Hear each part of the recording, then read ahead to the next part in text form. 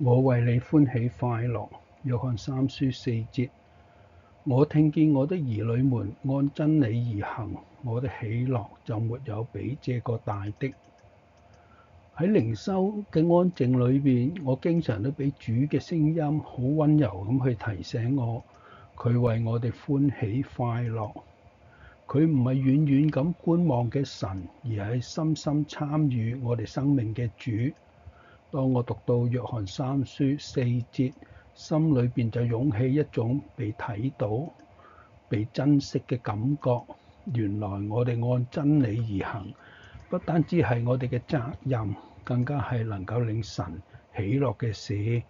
回望自己嘅生命，我知道能夠走喺真理裏邊，完全係因為主，佢喺各各他為我成就嘅救恩，佢嘅憐憫覆庇我哋，佢嘅恩典白白臨到，佢赦免我哋嘅罪，令到我哋能夠脫離重擔，得着真正嘅自由。呢個唔係抽象嘅教義，而係每日我哋都能夠經歷到嘅恩典。當我哋願意喺生活中去尋求佢、信服佢、倚靠佢，我哋就一步一步咁樣走喺佢所喜悅嘅道路上面。威廉譚威，美國嘅牧師、聖經教師同埋神學家，聖經注釋書嘅作者，係活躍喺20世紀初嘅福音派運動，亦都曾經任慕迪聖經學院嘅助理院長。佢嘅著作同埋詩歌都係強調神白白嘅恩典、十字架嘅救贖，同埋信徒喺基督裏邊嘅自由。佢嘅文字經常用第一身深具個人見證嘅色彩嘅，令到讀者能夠喺情感同埋信仰上產生共鳴。